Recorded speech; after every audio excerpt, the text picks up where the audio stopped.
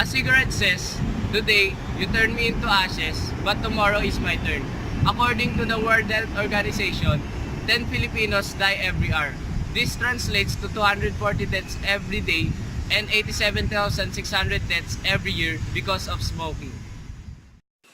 A cigarette contains 600 ingredients, and when burned, creates more than 7,000 chemicals. At least 70 of these chemicals are known to cause cancer.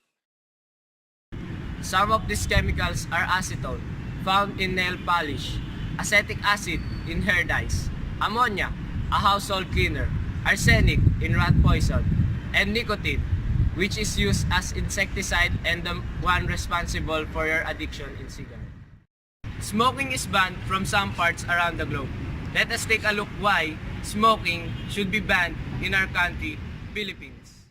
My elder brother, who doesn't smoke, suddenly starts smoking because of the trending electronic cigarette, or what we call vape. It runs with the use of battery, and the smoke it emits is fragrant compared to the usual cigarette. The flavor depends on what juice will you put on the e-cigarette. The makers of the e-cigarette said that it is much safer than the usual cigarette. But the juice also contains nicotine. Where's the difference? Also, the question is, how much does it cost? It costs at about 2,500 pesos to 3,500 pesos and varies depending on the brand and the design. How about the juice? The juice costs at about 180 pesos to 1,000 pesos and varies also on the flavor.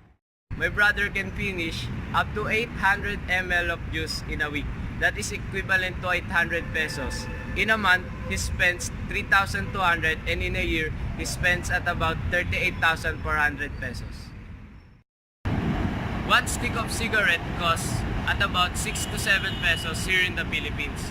One stack costs 75 pesos. An average smoker smokes 2 stacks in a day. That is equivalent to 150 pesos and 58,400 in a year. Think of the things that he could buy, plus he could live a healthier life. Aside from the fact that it is a waste of money, smoking also is the leading cause of deadly diseases like lung cancer, pneumonia, bronchitis, and other respiratory diseases.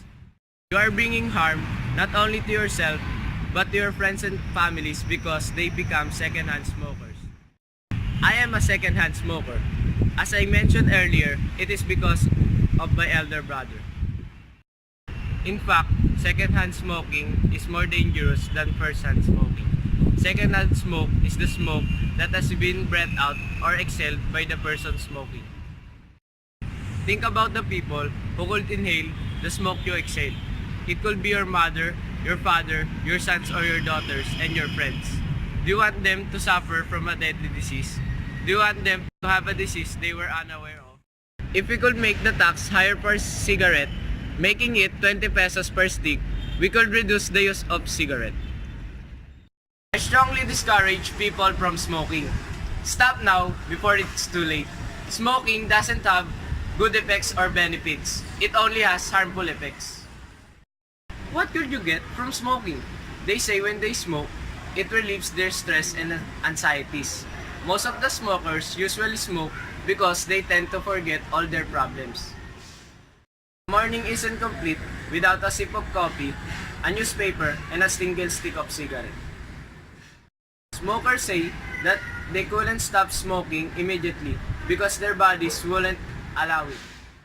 Their bodies would always find a way to light a stick. In the first place, why did you start smoking? You said it could relieve your stress and anxieties. There are other ways to stop smoking.